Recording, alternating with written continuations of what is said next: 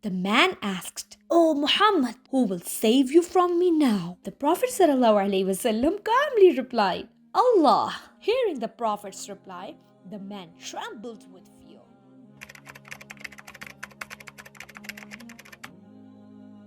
Hello friends, Assalamu alaikum warahmatullahi wabarakatuh. Today I was reading such a nice story about the kindness of Rasulullah sallallahu alaihi wasallam. It amazed me so much and I decided to share it with you all. One day, Allah's Messenger sallallahu alaihi wasallam was alone in the Muslim camp close to the battleground. He lay down to rest in the shade of a tree and fell asleep. A man from the enemy's camp came along by chance. Seeing the Prophet sallallahu alaihi wasallam asleep and alone, he quietly removed the Prophet's sword from its cover and raised it over him. Just then, the Prophet ﷺ woke up. The man asked, "O Muhammad, who will save you from me now?" The Prophet ﷺ calmly replied, "Allah."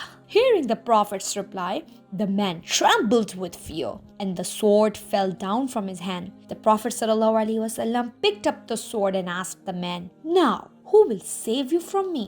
The man had no answer. The Prophet ﷺ let the man go and he became Muslim. Subhanallah. This is called kindness and we should all follow the love and kind behavior from Prophet Muhammad ﷺ in order to become a good Muslim. I hope you like the story. Do share this story from your friends and family. Don't forget to comment, like, share and subscribe. Thank you. Jazakallah khair. Assalamu alaikum.